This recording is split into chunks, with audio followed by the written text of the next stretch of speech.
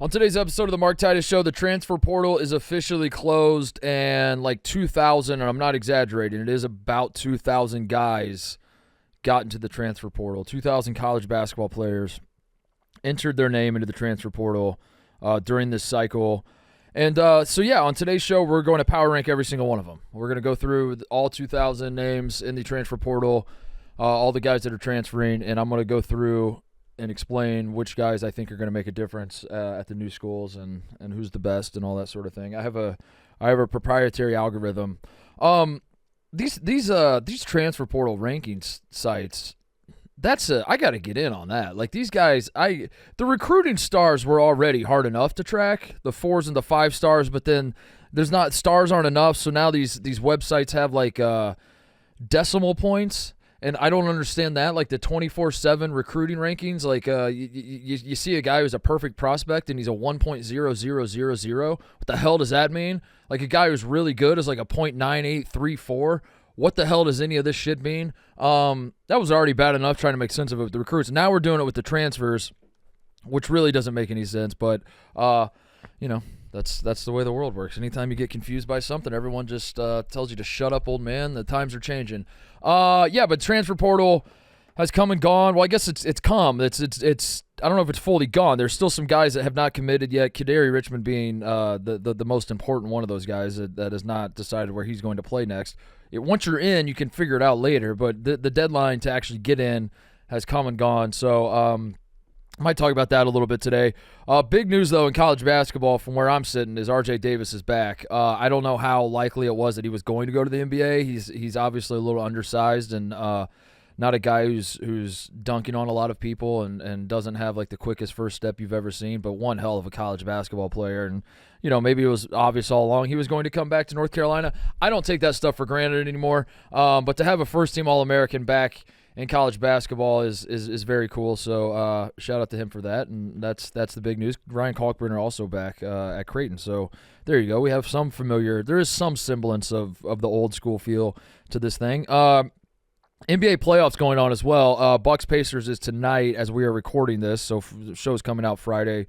You all obviously already know what happened there. Sixers Knicks has been a hell of a series, and they also play tonight, so I'm scared to say anything about that because that series has been intense as hell, and just when you think you've got it kind of figured out, Tyrese Maxey hits a damn near half-court shot to send it to OT and takes over that game. So who the hell knows what's going to happen there, but I'll talk about NBA playoffs a little bit. But yeah, so it is transfer portal season. As much as I say I don't want to talk about it, there's kind of have to. You kind of have to. That's where we're at with college basketball, and that'll be just a stream of consciousness on some of these guys and their decisions that have been made, and the roster constructions. Kentucky, Kansas is – boy, I'm looking at this Kansas roster, and as much as I want to say, listen, last year they were preseason number 1, and we saw what happened.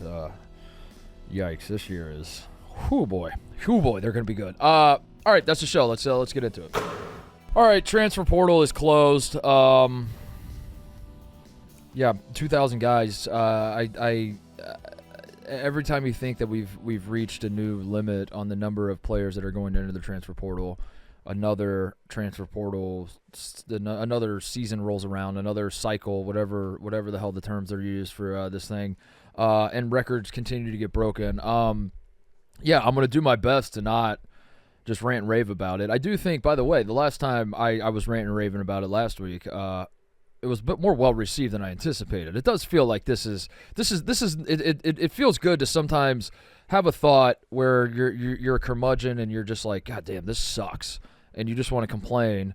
But then the part of your brain that's like, yeah, but be careful, man, because everyone's going to kill you for being an old man and not really getting how things work. The internal tug of war I have. So then I got to a point where I was like, you know what, I got to just say what I feel, and I'm just going to rip on the transfer portal. And I was worried that I was going to sound like an old man yelling at clouds. I did not. It seems like most people do seem to agree. There are obviously some bozo perverts, some college basketball. Like, there are guys that are just refreshing this transfer portal like crazy. But it does feel like most people seem to hate this shit. But it's the reality. It's where we're at. I said earlier, Kadary Richmond seems to be the big guy that we're waiting on his decision. I don't fully know where he's supposed to go. I do promise that like I'm not going to track that stuff. If you want to see what's going on there, just go check out Trilly Donovan. He's got all your scoops there. You've come to the wrong place if you want that sort of thing. Trilly is the place to go. Although you told me, Cody, before we started recording, what's the latest in Trilly Donovan news? Allegedly, he got a report wrong, but then he put out a list saying like all the ones he got right. He's keeping the receipts. So not sure exactly what. Trilly Donovan. Trilly's not good at taking an L. Is that what you're saying? Like he got one wrong, but instead of just being like I fucked that up, he's like, yeah, but I got all these other ones right. Yeah, it said hashtag save your receipts, and then it was just he went 101 for 103, 6 pending. Wow. Yeah, that's pretty good. Good for him. Which one do you know what he missed? What's the big? Yeah, let me pull it up. Yeah, you should pull that up. Go ahead, pull that up.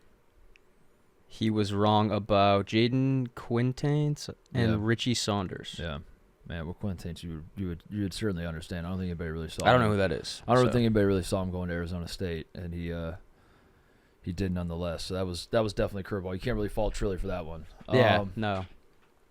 Yeah, but Kaderi Richmond is the big name out there. Norchad Omier. Great Osobor was supposed to go to Kentucky, the Utah State guy. But then now they're all saying he's not going to Kentucky. Kentucky's, I don't know if they fully put together their roster. Are they done? But Kentucky's going to be interesting. Kentucky's got Kerr Kriisa, Kobe Brea from Dayton, best shooter in the country is what everyone says about that guy. Lamont Butler from San Diego State, Andrew Carr, Brandon Garrison. They got some dudes that are pretty good, but not like obvious NBA guys, and it's going to be obviously a massive cultural shift for the University of Kentucky basketball program, because you go from a John Calipari type who's basically just trying to collect guys that are future NBA players, and that seems to be all he really cared about, to now Mark Pope. I mean, of that list, over-under total NBA minutes played by all those guys was probably 0.5 is what I would say, and the under is almost certainly going to hit. Like I don't know if these guys have much NBA future. Excuse me. So Kentucky is going to be very interesting in that regard. And I guess with that, I saw Lamont Butler was like one of his quotes was like he was kind of hinting, or maybe he wasn't even hinting. Maybe it was directly. It all kind of blends together. His quotes and other guys I was reading about. But I think it was Lamont Butler that was like, so basically just saying, like, I just chased the bag, which we all know these guys are doing. But most guys like dress it up as, you know, honestly, this is a dream situation for me to go to this school that I never really considered until they called me and offered me a shit ton of money. Like that, most people like dream, they dress it up like this was like a dream for them, or it was a great fit for them, or whatever else. And we all know that they're just bag chasing. Like Umar Ballo is a great example.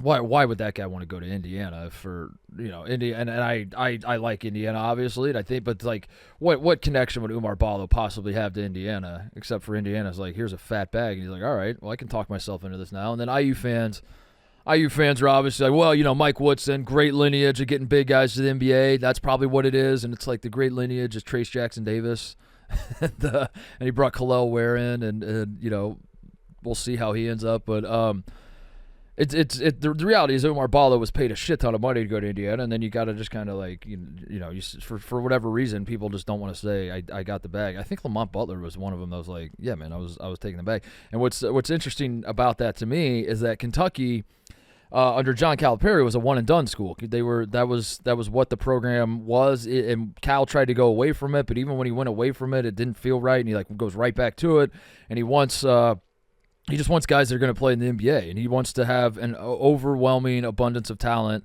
and hope that can overshadow, I guess, his coaching flaws, and you know, that was his plan all along. And now you get a new coach in Mark Pope, and there's a thought like, damn, this is going to be very, very different. This is the one and done. Is throw that out the window. We're going to do it a completely different way, the Mark Pope way. But then you look at like the guys he's bringing in, and it is kind of interesting. Because like, or how many of these guys are going to be one and done? How is that just what college basketball is now? And I guess that's the interesting thing, is that like it does feel like every school now has to play the one and done game, except instead of playing it with high school recruits, who are just going to play one freshman year and then go to the NBA. It has now become transfers, and then they play 1 year at this school, and then they see what the market has to say, and maybe they leave after that. And that's fascinating to me because it did sort of feel like Mark Pope coming in, and I don't know, maybe some of these guys will stay for a couple years, but it just seems like the reality of where the sport's going is like Mark Pope takes over a roster that doesn't have a ton of guys on it. He's got to backfill somehow. Really the only way you can go about doing that is getting these transfers. Now, one of two things is going to happen. Like if these guys play super well at Kentucky, the guys that are going to have eligibility after the season, if they play super well at Kentucky this year, they're probably going to the NBA, and that was their only year at Kentucky. If they don't play super well at Kentucky, they're probably getting kicked to the curb, and Kentucky's bringing in better dudes next year. Either way, it's funny how Kentucky gets rid of John Calipari, and they're probably right back to being a one-and-done school, although this time the difference is instead of John Calipari being the only one-and-done guy, or like, Duke was doing it a little bit, there were other schools here and there, but it was like a very, very limited number of schools that could play the one-and-done game because there are only so many high school seniors that are going to be freshmen that are then going to go to the NBA. There's only a finite number of those guys.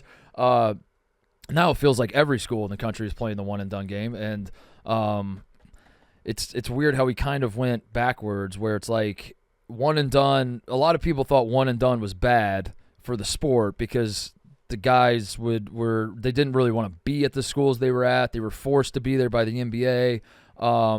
Ben Simmons was probably the best example of a guy who was like insanely talented and was playing high major college basketball, and like basically every second that he was on campus, he was like, I hate all of this. Funny enough, that seems to be what he's done in the NBA as well. But like, as a reminder, Ben Simmons wasn't even eligible for the Wooden Award because he like just stopped going to class. He just like straight up was like, I have no interest in doing any of this. I can't believe you're forcing me to be here. And I remember that being kind of like the one and done. I don't know if you want to call it a debate, but like the one and done era kind of hitting a critical mass with Ben Simmons, where it's like, all right, this guy. It is kind of stupid that this guy is playing college basketball. He's so fucking good, but also he does not want to be here, and he looks like he's being held hostage. So we move past that. We're in this new era of the NIL and the portal and all that. And there was a belief early on that that NIL was going to get all the first team All-American type dudes to come back, because unless you're like a top 10 pick, you might as well come back and make a ton of money, and this is going to be great for the sport, and we're going to have familiar faces coming back and all that sort of thing.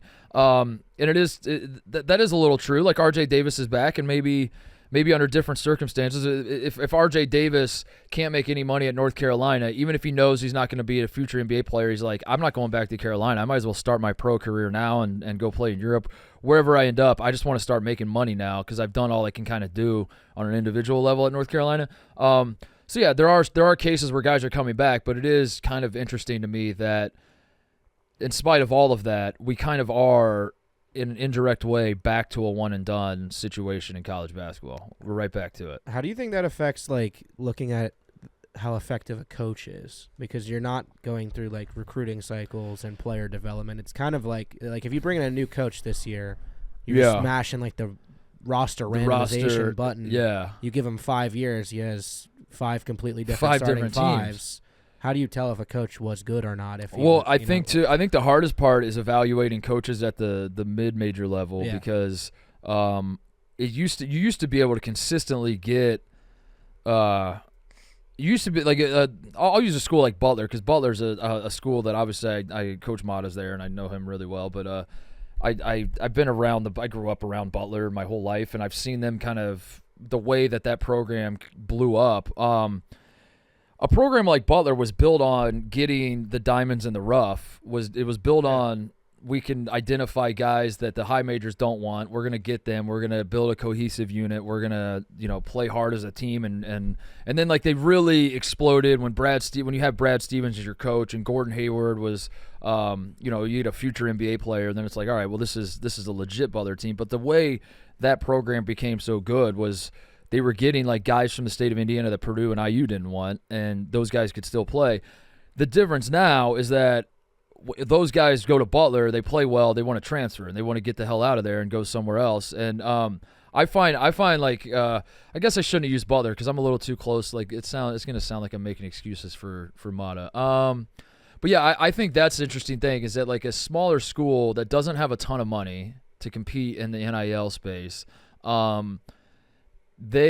The expectations have completely changed to where I do think if you're like a Butler fan, you kind of do you're just resigned to the fact that you're never going to win the Big East. It's just not going to happen. And there was a world where Butler could have won the Big East like 5-6 years ago.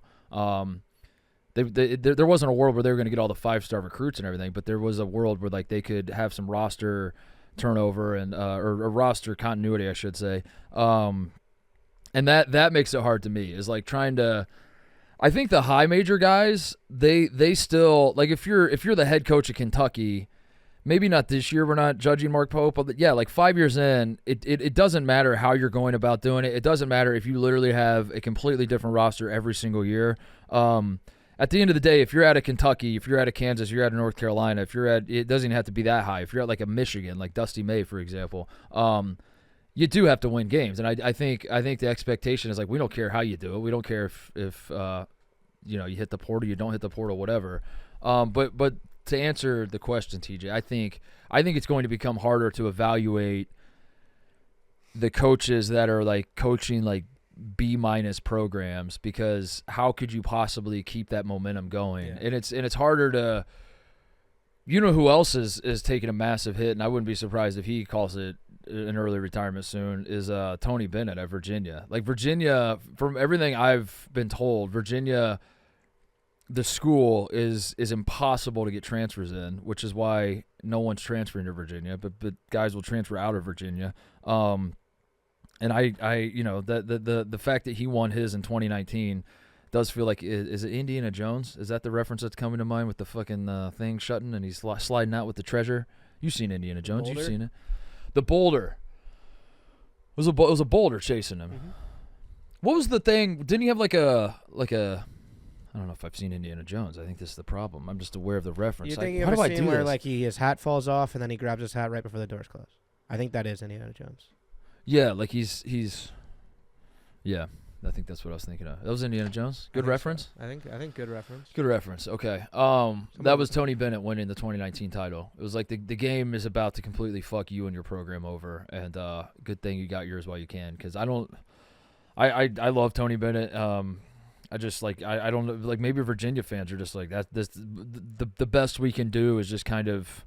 Like they're still good. They're still a very good program. There's still people that are going to want to play for Tony Bennett. But I don't know if they're ever going to be seriously competing for national titles again. And it might just be out of their hands. It might just be like an academic thing. Like we can't get transfers. So then the expectation, that's a good example. Is then like, so now the part of me that knows that, like, my lizard brain watches Tony Bennett coach, and I'm like, damn, dude, he's kind of falling off. Like Virginia used to. I remember when Virginia was like a 1 seed every year, and they were a juggernaut. What happened? But then now it's like, I don't. Should we really expect him to be a 1 seed every year? Like that seems insane. Yeah. That if you're not going to be able to compete on the level that all these other schools are to get guys, because it used to be like more of a level playing field where like you're arguing that you can turn guys into great basketball players against all these other schools that are arguing they can turn guys into great basketball players. And as a reminder, everyone always says that this has been going on forever, the paying players. I know I'm a broken record saying it. It has not been going on to this extent, and the people that say it has, it's so disingenuous. It's so disingenuous to look at Umar Ballo getting paid $1.2 million and be like, well, this has been going on in college basketball forever. It's like, no, the fuck it hasn't. I promise you, guys of Umar Ballo's standing in college basketball in 1984, a guy who was as talented as Umar Ballo was not commanding $1.2 million by any school. He might have gotten like $30,000. He was not getting $1.2 million. So no, this has not been going on forever. But anyway, I don't even know what the point was. But Kentucky, I guess I started talking about Kentucky. They should be a fun team. If you're someone that likes names that have been around college basketball for a while, this Kentucky, I mean, Lamont Butler, it's the biggest shot in San Diego State history in the Final Four. Kerr Kriisa, I was surprised. Brandon, we brought up Kerr Kriisa on Mostly Sports. Brandon's like, Kerr Kriisa's been in college for like 8 years, hasn't he? And I didn't think that's actually a good thing to me. I like that people are aware of these guys' names, but yeah, Kerr Kriisa doesn't seem like he's been around that long at all to me. It's just a sign of. Excuse me, I got the burps today. It's just a sign of a guy who's played in a lot of meaningful basketball games because he was at a program that mattered, and last year he wasn't so much. But yeah, he's going to be back at a program that matters in Kentucky, and I am fascinated by the Kirk Risa Big Blue Nation marriage. That is going to be something to behold for sure. That guy, they are going to love him, then they are going to hate him, then they're going to love him again. I'm so excited for Kirk Risa to be on a team that matters. This is going to be awesome. I think it's going to be a fun team. Like Kobe Bray is a great shooter. Andrew Carr, hell of a basketball player. So yeah, I think Kentucky is a very fascinating team. I don't know how good they're going to be. A lot of question marks, but as it turns out, there's a lot of question marks for all these teams. I will say Kansas, if we're doing a little blue blood report, I've been the last couple weeks trying to like not get too carried away with the Kansas hype because I've just been lazily saying like, yeah, we said that last year and look what happened. My God. DeJuan Harris is back. Hunter Dickinson's back. KJ Adams is back. AJ Storr transfers there. They get Rylan Griffin from Alabama. They got Kugel from Florida coming off their bench. Probably, I assume those are going to be the starters. DeJuan Harris, Hunter, KJ Adams are almost certainly going to be starters. I would imagine that Rylan Griffin and AJ Storr, they have to start. Like that's the starting five to me. That is an unreal starting five in college basketball in 2024. Now there's still ways. There's still concerns. Hunter Dickinson, still, you can get him in ball screen defense and do whatever you want to him. This is far from a perfect basketball team, but holy shit, what a starting five. And last year, the thing with Kansas was they had a starting four, and we weren't sure who the fifth guy was going to be. This year, they have like a starting six, starting seven. The Zeke Mayo kid, I'm not super familiar with, but everybody seems to think he's just an absolute bucket, the South Dakota State transfer.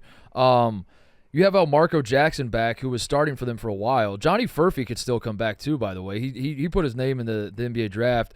I imagine he will go, but who the hell knows anymore? I imagine he'll stay in the NBA draft. I imagine the draft is weak, and I imagine he'll go and do some combine stuff and do some testing and you know, kind of put out some workout videos on Instagram, and the scouts will just be like, damn, this guy's not bad at all. But Johnny Furphy could it wouldn't stun me if he came back. They also got Flory Badunga, the Indiana Mr. Basketball, who I'm looking at this roster. I'm like, you might as well just redshirt this guy, and they probably will. And then Flory will transfer. Yeah, probably, I don't know if redshirts exist anymore. Redshirts even exist. Yeah, the Indiana Mr. Basketball is going to he plays Kansas. soccer too, right? Plays soccer. We've been talking about this we've been kid talking longer about than it for a while. anybody. Yeah, that's true. Kokomo, Indiana. I watched him play. Dad and I went and watched him play.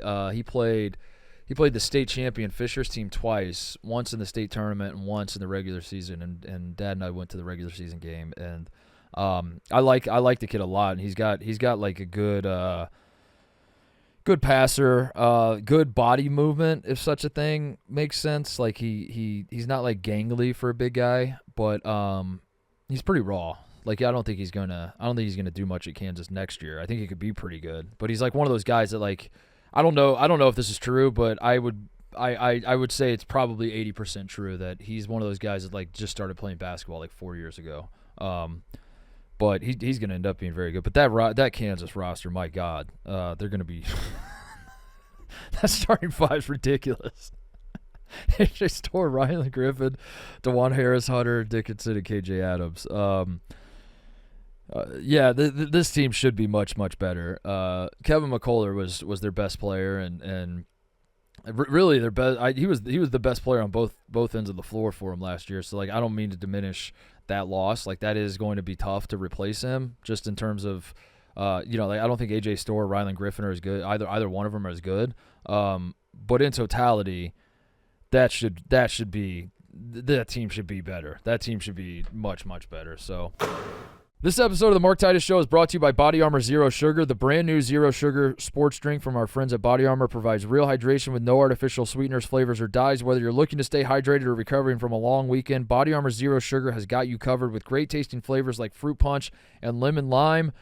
Body Armor is available at Walmart or your local grocery store. Head on over and get yours today. I have, for those of you watching on Rumble or YouTube or however else you're consuming this, Got the lemon lime, the fruit punch, and the orange in front of us. The fruit punch has been my favorite as of late. I go through phases, as I often mention on the show.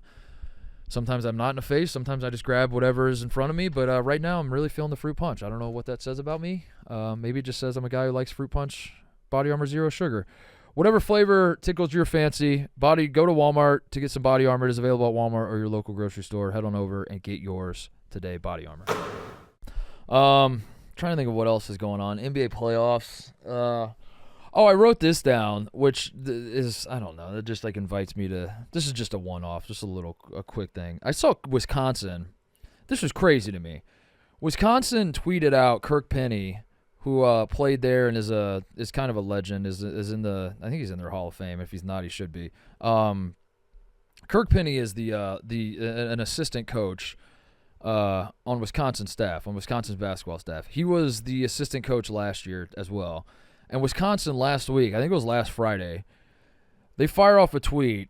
Yeah, here it is. I just pulled it up. Happy to share that Kirk Penny will remain in his role on staff as special assistant to the head coach. And then a whole article was written on this SB Nation Wisconsin website. Badgers retain Kirk Penny as special assistant to the head coach. So I'm clicking on it and I'm like, oh shit, Kirk Penny. I didn't realize that was there a fear that they were going to lose Kirk Penny. And in the article, a former player of Wisconsin, yeah, there it is. A former player of Wisconsin and a member of the UW Athletic Hall of Fame, Penny was expected to remain on staff this season, and now it becomes official. And I'm reading all this, and I'm thinking, like, I sort of get it. This is we live in a time where everybody's transferring, everybody's moving, a lot of roster turnover. But that felt really fucking insane to me, that you have an assistant coach who was expected to come back, does come back, and then there's like a press release. It's like, this guy who had this job last year is going to also have this job next year. That just speaks to, like, that to me spoke to like where we're at with college sports. It's like, we have to announce that the assistant coach what was the job title? He's the special assistant to the head coach. Which you would know about. Is that an important job? Is that like the secret, like, recruiting special, like? I don't. He might not actually be a special assistant. Sounds like guy who hangs around the program. Yeah, that's true. What you're saying is right though. Like, there's so much uncertainty that I'm sure fans were pumped in the replies to that too. Yeah, but I was thinking, like, oh shit, was he going to go to? No. Was he going to follow Mark Pope to Kentucky? Yeah, like, what was? And they're like, no, nothing. We never expected anything to happen. We just wanted to let you know. Oh yeah, by the way, Greg Gard, he's also back. Yeah. What? Well, yeah, we need a coaching transfer portal too. Yeah. That felt insane to me. That felt like even 2 years ago you'd do something like that. I'm like, why are you? And there might be a story. I don't know. The Wisconsin people that follow the show, I'm sure will reach out and be like, no, man, you don't know the real story. What happened was, I'm just telling you as a consumer of the news, I was like, I don't think I need you to tell me that your assistant coach, who is your assistant coach, is going to continue to be your assistant coach in the exact same role he was in the year before. I don't think we need a graphic with clapping hands emojis. But yeah, that's the. I don't know. I wonder if I'll get used to this. That's what I keep asking myself. Is like. That happens a lot as you get older, though. You just kind of like, I don't know. I'm not nostalgic really. Like, I don't want everything to go back to the way it was, but there is like a part of you that's. I just want. I'm like, this obviously feels temporary, and they got to figure out a new system for how they're gonna handle this. But on the other hand, like, it's kind of not. Like, this is just. Like, whatever the new system is, it's going to be exactly this, just with like a little bit of tweak. It's not gonna. You're never really going to go, like, guys are going to, the bag chasing is never really going to stop. And these announcements are never going to stop. I am old in that regard. I'm very old in that regard. Like, I've been on that for a while. Like the graphics that get made and the commitment videos and all that shit is crazy to me. And I don't even mean in a way that's, you should be focusing on basketball, not focusing on, your social media brand. I just mean in a way that's like, it's Joe Tipton. When you're firing off all these graphics, it's hard to tell who's actually good and who's not. Like, we need some sort of like, all right, this guy's actually good. We're going to make him a graphic. And another one where it's just like just throw a scoop to Rothstein and let him tweet it out as a bullet point or something. Like, we don't need everybody to have graphics. Those guys, Tipton and Hayes Fawcett, is that the other big? Like, I think he won. Yeah. Their workload must be up an insane amount this time of year, where they normally had like a that's right, yeah, decent time in the transfer portal. Now they got to put out like 2,000. I'm in the transfer portal graphic. Yeah. Like, how many guys? Like, does your quota have to be a certain point where it's like you don't get a graphic unless you have like this amount of transfer offers? This is my final 8 as a transfer now. Yeah, I would love and to. Here's my final. Talk to a Hayes or a Tipton and see what that's like. I can get Joe. We could get Joe Tipton on the show. Really? I've talked to him a little bit. That's like such a mysterious world. I think I have. I don't know.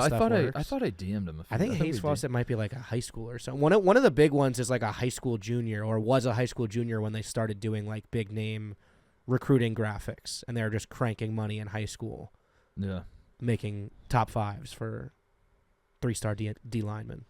Maybe I haven't DM'd Tipton. Maybe I should. I'll slide into Tipton's DMs. I need a graphic. Yeah. I need him to make for him to come on the show. I want him to make it I want him to commit to coming on the show. Yeah. Make his own promotional graphic for his appearance on this show, and we fire that off. No, I have nothing against him. I don't mean to say like I'm fascinated. I'm very fascinated by him too. I just, again, it's really 90% of my complaints about college basketball just boil down to like I'm lazy, and it's like when I'm on Twitter and I see a guy committed and he's got a graphic, I don't want to have to do the work to figure out how good he was. I just want to know, by virtue of him announcing on SportsCenter or by having a graphic, the only people that they allowed to do that are the best players. But now everybody does it. I saw a guy, by the way, speaking of graphics and all this shit. Is it Derek Peterson? Is that his name? Yeah, let me see. No, it's probably like Darren Peterson. It is Darren Peterson. That's what I was thinking of. Darren Peterson. Darren Peterson's this dude from Ohio, who plays. I don't think he plays high school in Ohio. I think he transferred to one, or he went to one of the fucking. That's a whole other gripe that I can. One of the fucking. You know what I'm talking. One of the fucking. He plays for one of them, and I saw that. He has his final 8. He's a high school recruit. He's not a transfer, but he had his final 8 graphic made. And Ohio State was in the mix, and I think he's been flirting with I think his dad flirts with Ohio State because like his dad grew up in Ohio, and I think the idea of like he's doing like a LeBron thing where it's like I've always dreamed of playing at Ohio State, and then everyone at Ohio State's like, I mean.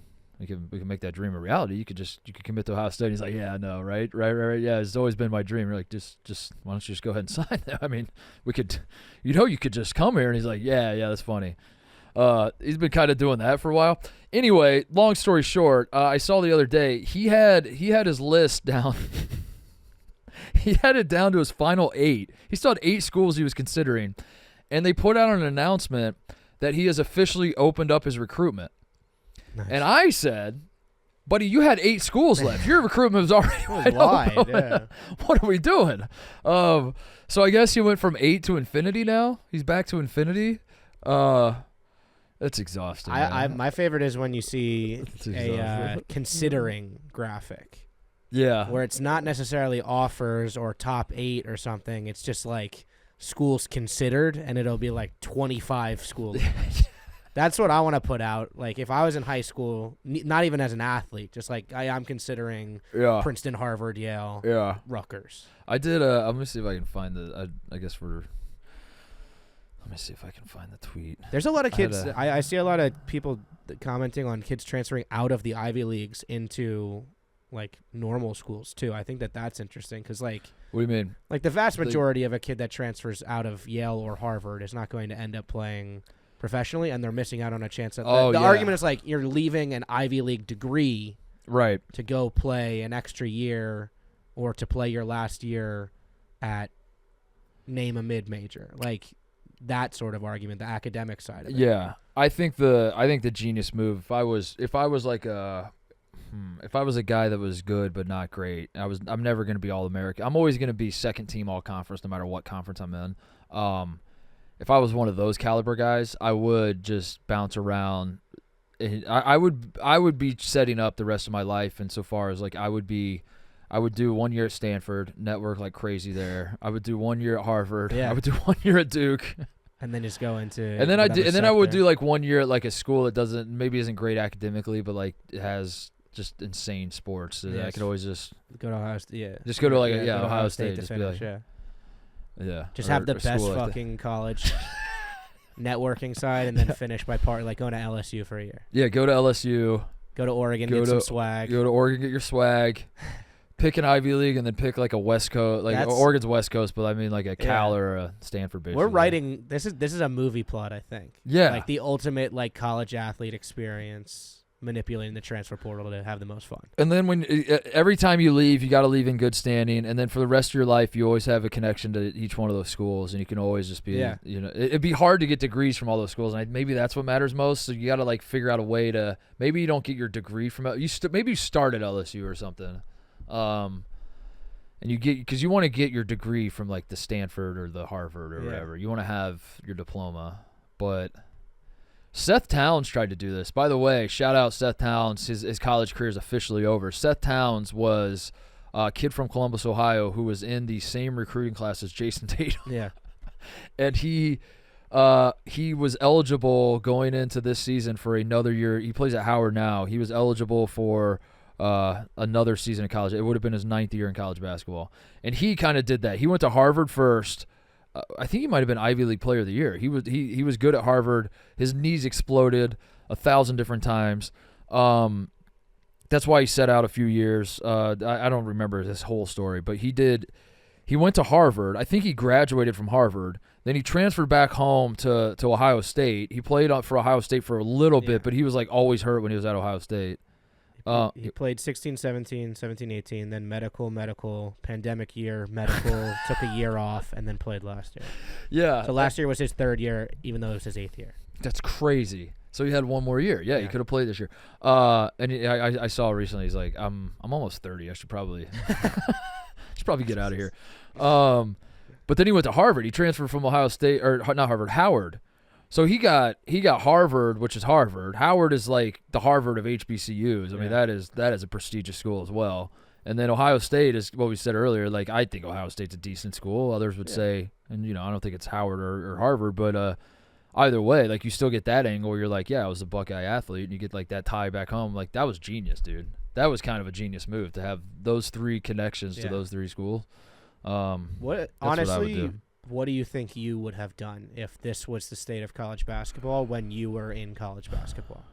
So I'll go through. Okay, so my freshman year, so I went to Ohio State not wanting to play basketball at all. I was kind of over it all. Like by the time I was done with high school, I was like, man, I'm kind of burnt out on this. Like I also like I wasn't good at I wouldn't say I would get nervous and that like I would get scared, but I would get up for games, and then like when we lose, I get down. Like the emotional roller coaster of being the best player on my high school team did fuck with me a lot, and I was like, maybe basketball is just not for me because I just like this is a nightmare. Like because like we would lose a game and it would all be my fault, and I would go home and just be like, I fucking suck at this,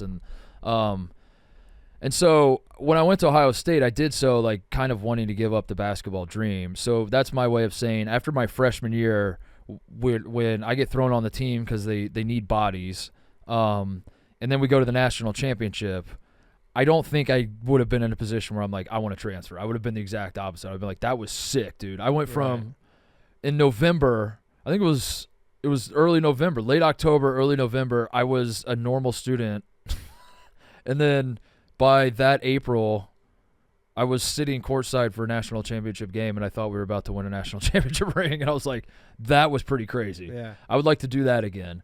So I don't think after my freshman year I would do anything. Sophomore year, we go to the NIT. John Diebler shooting 29% from the three-point line. That son of a bitch couldn't hit a goddamn thing. And I'm wet in practice. And he's just got like one of those faces, and you're just like looking at him, and you're like, him? It's him? That's the guy we're riding with? So yeah, I might have transferred after my sophomore year. I really might have, because like the NIT was not as fun. I'll say that much. And also I went into my sophomore year not expecting to play, but like, okay, now I'm a real player. Like, let me work out in the off season. Let me like actually get back in shape and Freshman year, I was just along for the ride, and we were Yeah. the number 1 team in the country for different stretches. So I was like, listen, I don't need to play. I get it. Like, we're having fun. Everybody's having we're fun. just- yeah. Sophomore year, the core kind of gets blown up. We got some really talented players, but there's a lot of questions about who's good. Like Evan Turner was a freshman in that class too with John, and he had some ups and downs. And there was just a lot of like questions of how good these individual players were, how good our team was. And I remember thinking like at different points heading into that season, I was like, I don't expect to play 10 minutes a game, but like I might get some minutes because like I'm doing all right in practice against these guys, and I'm in better shape and all that. And then that year happened, and I played less because like we didn't win as much as it turned out. Right. The only time I played was when we were up 30. I would have transferred, but the question is where I wouldn't have gotten a bag though. Like where do I go? Well, I I guess just it depends transfer to- when you're like when the blog started going and the videos. Well, that's the thing. because So- like you would have made. So I probably A would have had to stick bag around because in- I like after my sophomore year I wasn't playing and I didn't start the blog or anything. So like so you would have gone to like I would have had to have gone back to Ohio a State D3, or or gone to D3. Yeah. if you wanted to transfer, But it's not like you'd have no stats. But it's not like it's not like a MAC school would have won it. I was a No. walk-on at Ohio State that played 2 minutes probably that year. So nobody would have wanted me. Huh. So I probably would have gone back. And then after my junior year, that's the question. After my junior year, Once starting like you Once would I have started- caught a bag. my junior year I would have made a lot of on- money. on Yeah. NIL deals. My junior year I would have made a lot of money. And then the question then would have just became like, is there a program out there that would Yeah. have saw value in me being a jackass for them? That would start Mark Titus your senior Yeah. year to make money off of you. Yeah. Probably. That would be hilarious. That would have been hilarious. If because like at that point, going into my senior year, I'd gone back to giving up. But like I transferred to some school, and they're like, "Well, we want you to play. Yeah, That's we the whole actually point. need We need you to for play." And I'm like, 32. "Huh? Like what? What? I don't want to play. I'm Yeah. here to fucking blog, dude. I think I want to play." Yeah, I don't know. I probably would have just stuck it out at Ohio State and just cashed NIL deals. Yeah. That probably would have been the smart move anyway. Now that I think about would it, have dominated. transferring, I would have made some money. Yeah. Every sandwich shop on campus would have a Titus sandwich or something. I would have like skipped practices to just be To doing do like ad commercials. deals. Yeah, and honestly, Coach Mata would have loved it. He would have Yeah. been like, "That's hilarious." I want there's every once in a while a bench mob guy like that pops up into this like I Yeah. don't know if there's been one like there was that the kid with the goggles on DePaul's bench a few years ago. Yeah, long Greek Zaitis. name, yeah. He's a Greek dude. There's Zaitis. Every once in a while, like a last guy off the bench Pink. guy pops into the national space again. I don't know if it was at the level that your Yeah. shine was at, but No, I'd I be interested to see wasn't. how this affects that. I wasn't like any more interesting than any of these guys. I Right. was just first. That's really all it was. Like I was, as the internet was exploding, I was the guy who was there. And If that I was, if and I was just a lucky, walk but- on at a D1 program right now, I would I'd be buying a absolutely. vlog camera and be like, I'm just gonna start Absolutely, doing dude. this. Yeah. 'Cause, like if nothing happens, nothing happens. But if something happens, you got a could make career. some. Yeah. you could be hosting the Mark Titus show. You could be. You could one day work at Barstool Sports and host the. You could host the. You could host the Mark do a Titus. fart You could take my job. You could, yeah. You could have a full day of. What do we got tomorrow? We got Star Wars Murder Mystery Day, followed by Fella Friday. Fella Friday, followed by trying to get Kyle to fit into a balloon onto the yak, or the wheel might hit fart eliminator again. You could do that for a living, which is Yeah. obviously the American dream. That's exactly what you go to college for. I could have made so much fucking money. I could have made so much money in college, dude. For a college kid, yeah. Like for a normal person, yeah. Yeah. I made I don't know if I've told this story on the show before. I got put on scholarship. I got my scholarship taken away, but I got my sophomore year, I think it was sophomore year I was on scholarship for 2 years. I think it might have been freshman, sophomore, and then we got them taken away. I don't know. But I was on scholarship for 2 years, and I got a scholarship check that I vividly remember the first PlayStation I ever bought. The PlayStation, my parents bought me a PS1, but the first one I ever bought on my own was, I think, a 2, might have been a 3, in college. And I had to set up a gamer name for myself, and my gamer, I didn't even know what that meant. It was like obviously your you know what I'm talking about. PSN. Yeah, there you go. I had to set one of those out. I was like, what the hell is this? And I couldn't really think of anything. And I landed on 1100 and spelled out. And the reason I landed on 1100 is because the rest of the team, the real scholarship players, they were mandated to live on campus, and if you lived on campus, you didn't get a stipend check because you were living in university housing and eating university meals. So the university didn't need to cut you a check because they were just like, we'll just give it to you for free. Like that's how the system kind of worked. You have like a card that you swiped or whatever. But they let Coach Mata let me and my walk-on roommate, who was also on scholarship, he let the two of us live off campus because he's like, you're not a real player. Don't give a fuck what you do. But since I was technically on scholarship, I got a stipend, and this was 2009, so kind of a while ago. Not that it's not 1969. Right. And the check was for $1,100 a month, TJ. And I thought $1,100 in college, making $1,100 a month, I thought it was $11 million. Yeah. And I used to walk around like I had just more money than God. And that's why so with the first check I got, I went out and I bought a flat screen TV. And the check was for rent and for food. And obviously what you do when you get a check like that is you immediately go to Best Buy and buy a flat screen TV and a PS3.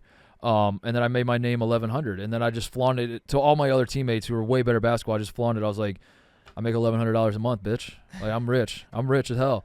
And looking back on that, I'm like, you sort of miss it, and then you're also like, dude, $1,100? You know, that was a lot of money. That was, dude. If I was making $1,100 a month in college, But that's my way of saying like, if bottle service. these dudes making what they're making, I'm like, Jesus, dude. Like I thought And cars and $1,100 was a lot of money. Yeah, you would get bottle service. Just whatever bottle service is in college, which is just like a bucket of Coors Lights. I probably called my it's like, yo, we got some bottle service. We got 10 bottles of Coors Light, please. I probably called my parents and asked them to pay my rent like 5 different months. Yeah. When I was like, the check was for rent, and I would just go to the mall and just like blow it off. Fun times. Quick break to talk about our friends at DraftKings. The regular season is in the books, and it's time for the real games to begin. Don't miss out on any of the NBA playoff action at DraftKings Sportsbook, an official sports betting partner of the NBA. You can follow what all of your favorite Barstool personalities are betting on by joining the Barstool Betting Group on the DraftKings Sportsbook app. This week, join the group, and you'll get a shot at $25,000 bonus bet. See group for official rules. And here's something else to sweeten the deal. For new customers, you can bet $5 and get $200 in bonus bets instantly. New customers download the DraftKings Sportsbook app and use code Titus. That's code Titus to get $200 in bonus bets when you bet just $5. Don't forget to join the Barstool Betting Group today, only on DraftKings. The crown is yours. NBA playoffs going on. Nuggets Timberwolves series is going to be awesome. Cannot wait for that. I don't know who to cheer for. I love this Nuggets team so much, but I love Mike Conley even more, so I'm probably going to cheer for the Timberwolves. I want Mike Conley to win an NBA title so badly. Teammate of the year, NBA Teammate of the Year, Mike Conley. Which means what, I guess? Like he's just a nice guy. Is that like just the nice guy award? Teammate of the year. Teammate of the year, I'm not saying Mike doesn't deserve it. Of course he deserves it. He should win it every year, but I just don't know what the criteria is. He's just a guy who helps his teammates up and slaps them on the ass and claps it up a little bit. I don't know how you – I don't know. He should win it every year, but so like, it's just ultimately just like nice guy of the year. It's just you're just a good dude. I've seen a lot of people online crediting Ricky Rubio with Anthony Edwards' development and success. Oh. I think maybe Mike Conley deserves some of that as a vet off the maybe. bench. Yeah, maybe. Mike Conley. They're also saying Ricky Rubio made, I think, Donovan Mitchell and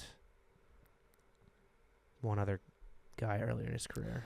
That's awesome for Ricky Rubio. Yeah, they're just saying if you're a point guard or if you're a guard, play next to Ricky Rubio and you'll become the best. I almost would rather have that than like be a forgettable star, which seems that seems like a contradictory thing to have a forgettable star. But there are so many stars in the NBA that eventually we do forget about some of them. I would almost rather have a legacy of like, yeah, you see that guy? He's good because of me. I'm the reason he's good. That's better than being like a.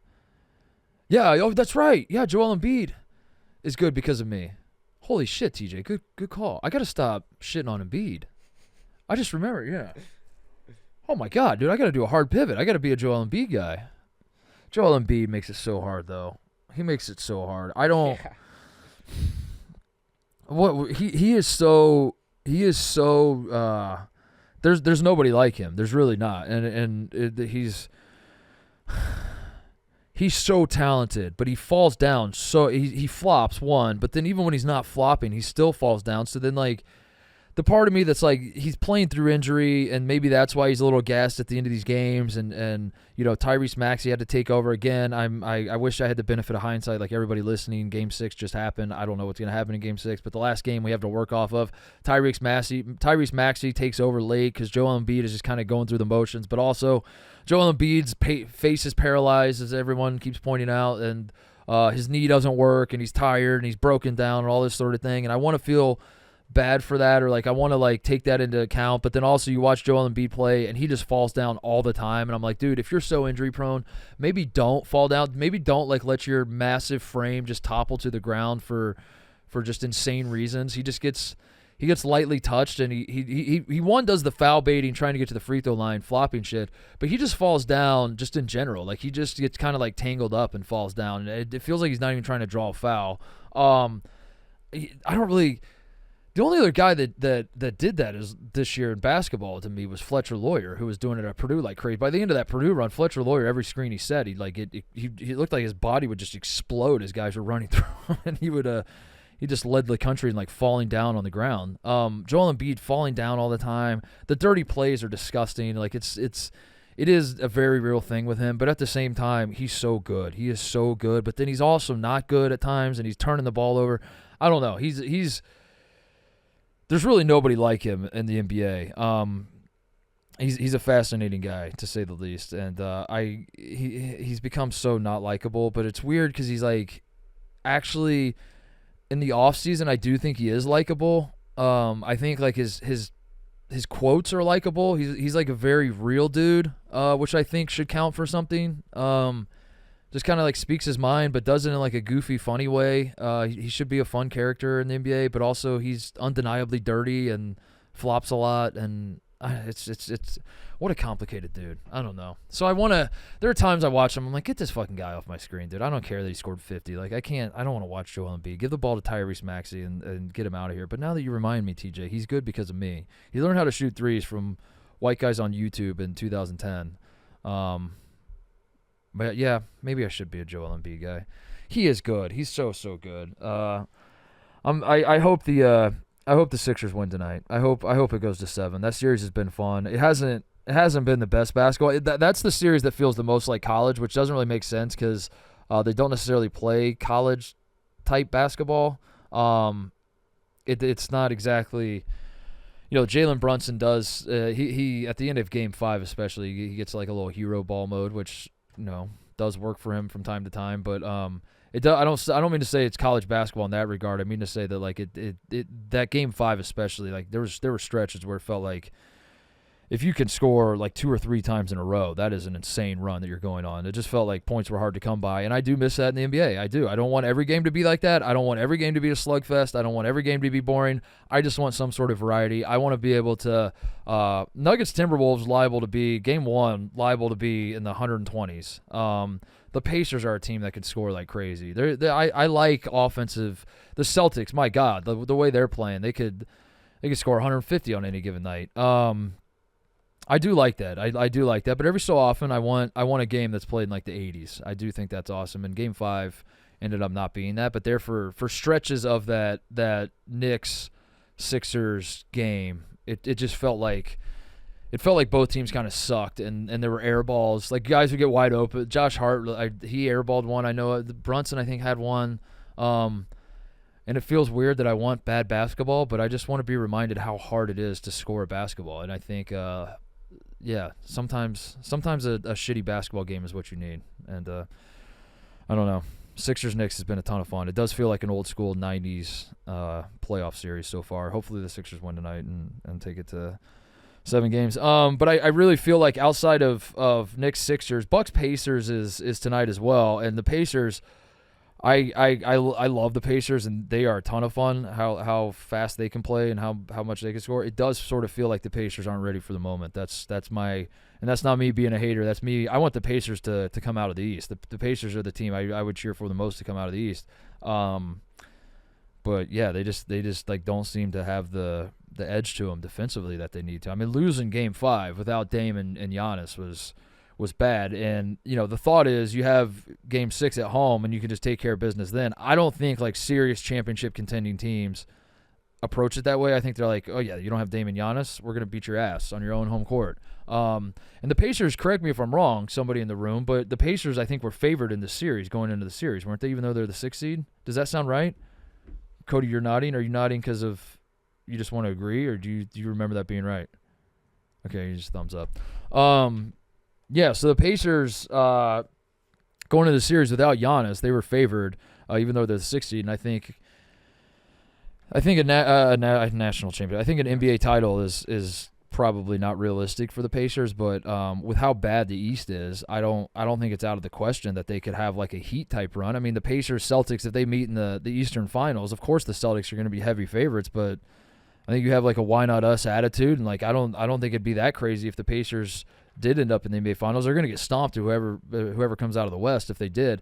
But that's just my way of saying, like, I do think there's a world where the Pacers could have had like and they still could. I don't know what happens tonight. I don't know what happens in Game 7 if they need one. But that was concerning to me, the way they handled Game 5, the way they were never really in it. Halliburton is hot and cold. It just feels like a team that's like kind of happy to be there and is a really good regular season team. And maybe next year they learn some lessons from this year and come back next year a little bit better. That just seems like what the Pacers' destiny is, which is unfortunate because my entire life, with very few exceptions, that has been what the Indiana Pacers have been, is like the team that's good enough to lose. They're good enough to challenge the team that actually wins it all, or that actually they're not the true contender. They're just the team that you throw out there to lose to the contender, but to make it look competitive and fun. And that's what the Pacers have always been to me. So I want to be a Pacers fan so badly, but I just can't. I've peeked behind the curtain and I see what's behind there, and it's just a team that's like always going to be good enough to. I don't know. Like even if they make the Eastern Finals, they're going to lose to the Celtics in 5, and then I'm going to say that was an awesome run, but also, do we really think the Pacers are going to win a title in the next 5 years? No, they're not. I don't know. It's frustrating. It's frustrating. The Pacers forever, like it felt like they went like 500 and were missing out on they weren't tanking and they weren't also good enough to win a title, and that was like they were stuck in this purgatory hell. And I thought this team was going to be different because Halliburton is that dude, and I thought they would be different. They still could. We don't know what happens tonight. Game 5 was bad though. I didn't like that at all. That was a bad sign. I would have much preferred the Pacers just beat the hell out of the Bucks. They were favored. They were favored in the series. Minus 140. Yeah, coming in the series. The first time they've been favored in a series since at least 2014. The first time the Pacers have been favored in a series since 2014. That's crazy.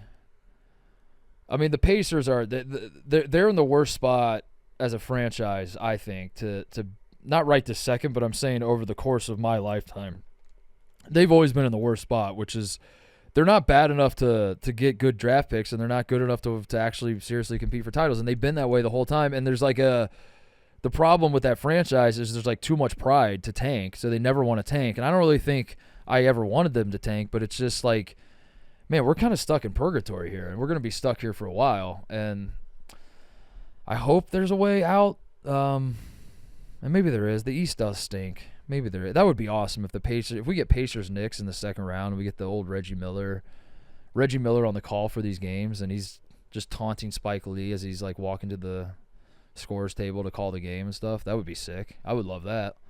That would make me feel like it's 30 years ago. That's the nostalgia I want out of my NBA. T-Wolves Nuggets is going to be a fucking battle. It feels like the Mavericks are going to beat the Clippers.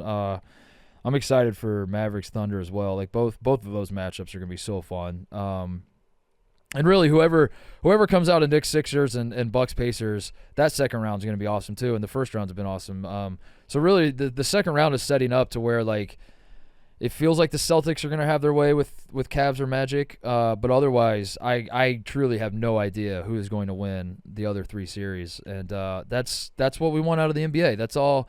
The number one gripe it feels like people have of the NBA is that we already know what's going to happen before the games are played. And I don't think that's been the case the last few years. And it certainly is not the case now as I look at the playoffs. Like The Thunder are 1 seed. They're very young, though. The Celtics are a 1 seed. They've been dominant all year. They look like the best team all year. Porzingis, suddenly his health has been called into question. And also, even if his health isn't called into question, you have to, given recent history, continue to question the Celtics. Like, can they get over the hump and win a championship with that core and with a coach that's a little green, you know? I think they can, theoretically, but yeah, whoever comes out of the West is going to be formidable for them. So it's fascinating. I truly have no idea what to expect of the playoffs, and that's why it's so fun. And beats the hell out of those years where you're like, just fast forward to the finals, or like just hand the trophy to the Warriors when KD went there. Just fucking hand them the trophy. We really have to watch all this shit. All right, I think that's good. Anything else before we go? Do you care about the Derby at all? I do in theory. I do in theory. My problem with the Derby is I never know what time it is. Yeah. And I turn it on and I watch for 4 hours. Yep. And I'm like, it's close to sundown. Bring me to the Derby. I cannot wait for the Derby. Here we go. Here comes the Derby. I can't go piss now. The Derby. Right. It's coming up. It's and the Derby. Ceremonies and the walkout and the 500 interview. Yeah. And then I inevitably go piss, or I'm like, you know what? I realized I haven't eaten in 6 hours, dude. I should go. Let me just run to the sub shop around the corner and grab something. And then I do that, and I come back, and the horse has or the jockey or whoever has the roses around it or whatever. And I'm just like, damn, I missed the whole thing. But no, I like the Derby. I do. Me too. I think it's awesome. I think the pageantry is awesome. I think I went one time. Ooh. And this is like a no shit moment for people that are into horse racing, but was not really, and I'm as casual as it gets. Big time holy shit moment when the horses walk by. Like, those horses are oh my god, dude. How about this? I felt like how people who aren't around like basketball players must feel when they like go sit courtside in an NBA game. They're like, oh my god, these guys are tall. You know how tall they are? That's how I felt. I was like, I knew you were big. I knew the horses were big. I just thought the jockeys are small, but I thought the reason the horses look big was because the jockeys were small. But as it turns out, holy fucking shit, these things are massive. Yeah, their legs are just chiseled. Yeah, it's crazy. So, again, a no duh thing, but it was fun. I went to the infield. The year I went to the Derby, it was raining, and the infield turned into a shit show. It's always a shit show, but that year in particular, there's just mud everywhere. Nicky Smokes is there. Do I have that right? He's going to I don't know how or why, but is he doing is he trying to do the bougie dress up and he smoke cigars in the suite type thing, or is he doing the infield let's get after it type thing? I think he's at like a box like near the finish line, like, or at least today he is. I don't know if I would assume he doesn't have that on Saturday, but he's like pretty set up right now. He is dressed up. I'm not gonna say he's dressed well, but he is dressed up. He's trying his best. He is dressed. Yes. He's wearing his best. We'll just put it that way. He is wearing. He's I don't. I wouldn't call it best by any means, but he is there, and he does have a hat on, which is good for him. Yeah, the one memory I have of the Kentucky Derby, my Kentucky Derby experience, they wouldn't let us bring in alcohol, which I was really upset about because at the Indy 500 you can bring in basically whatever you want. So I thought it was going to work that way. We were in the infield. We were like carrying a cooler full of beer, and the guy's like, "What do you think you're doing?" I'm like, "I'm going to see the horses." He's like, "Yeah, you can't bring any of that in." I was like, "What?" So we had to dump it all. I was so mad about it, but I probably should have done a little research. But also I was like 25, so like that was never actually going to happen. And then once you get in there, we don't have any alcohol because we were planning on bringing it all in. I decided like we gotta go get something, and we go get the mint juleps. And I remember them being like $16 a pop. Jeez. Like they were just outrageous. Yeah. And I was a broke dude, you know. This was not long after the time where $1,100 a month was a ton of money to me. So that kind of soured the experience, but I did have an awesome time. And I also remember the guys running on top of the porta potties. Yes. That thing. That was cool. I think Smoke should do that. We need a video of him. Have you seen that before? Yeah. Those clips? That's fun. I know that, I don't know, that they've kind of, at least Belmont, they've kind of, whatever the opposite of classing things up is. Like, maybe Churchill Downs still is, like, formal or whatever, but Belmont, they have, like, a rave next door to it. Like, they kind of, they're looking, I think, for the younger audience to get involved with it because it's a very old, like my grandpa, Right. the only sports he watches regularly are boxing, baseball, and horse racing. Like when you go to his house, he either has a ball game on or he has the horse racing channel on where there's just races all day, and he like trains boxers. But yeah, like they're looking to get like younger people involved in it. So there's a rave at Belmont Stakes. I don't know if Churchill Downs is That's the same incredible. sort of scene. The Indy 500 started doing that too. They have the Snake snake pit as they call it, and There yeah, you go. Steve Aoki was throwing cake at Really? people. Was that last year? A couple years ago. I'm walking by and they start that shit at like 6 a.m. and it's just Yeah. bumping and yeah, people are going fucking crazy and just DJs throwing cake at people and like the race is going on as all this is happening. And then nobody in the snake pit has any idea what time it is, what day it is, what planet they're on. For the best. And then meanwhile the race is going on and it's all happening at the same place. It's cool. Cody, you gonna drop a Derby fit pick this year again? Oh yeah, I Yeah, I'll be forgot back. about that. I'll be forgot back. I'm about glad you that. asked. I've been waiting to talk about it. Yeah, I'll be back. Drop your fit All picks right. Drop below. your fit picks. Nobody respond, please. Nobody respond. We yeah. need continuity. Yeah. Yeah. Don't even like the tweet. No engagement. We're going for the trillion. That was like my No first engagement. week. Yeah. Yeah, when I started last That year. was so funny. Oh my god. Good pull, TJ. Yeah. That was so Yeah, I'll be good. back. Drop your fit picks. Oh, Yeah. Cody, before we go, Yeah. I know it's been like almost a week now, but should we do some film festival cleanup or no? Because last time we did a I show, think it's dead. I think you and I were we were puffing our chests a little bit, and then we did not win. Yeah, no, congrats to everyone who competed. Yeah. I remember I don't- Tate being on the show and saying, what happens if you guys lose? And then you, with I mean, just we the, don't have the to bring it biggest shit-eating grin, just go, I guess we'll never know. Yeah. Oh, And then a mere 3 hours later, We found out we got second place at the film Yeah. festival by a point. by 1 point. I would have loved to hear the judge's explanation, but I guess we'll Yeah. never know. I guess we'll never know. So, yeah. All right. All right, that's the show. We'll be back next week. I by the way, I forgot to do the housekeeping thing for those who care. We're doing one a week in the off season. We're gonna do a show once a week. I got between the mostly sports and the yak and all that. I feel like, yeah, it's the off season. It's the off season, you know. Like let's just do one a week. Let's make it fun and enjoyable. And I don't want to make it feel like an obligation for me to do the show. So without much going on, I know the transfer portal is going to be popping off, and there's always going to be like one or two stories in college basketball. And I'll obviously talk about the NBA as much as long as the playoffs are going on. But yeah, we're gonna do one a week. We'll be putting the show out every Friday during the off season. Sometime in the fall, we'll ramp it back up and get back to 2 a week. But we're gonna do one a week for now, and that's that. So everybody enjoy the weekend. We will see you next Friday.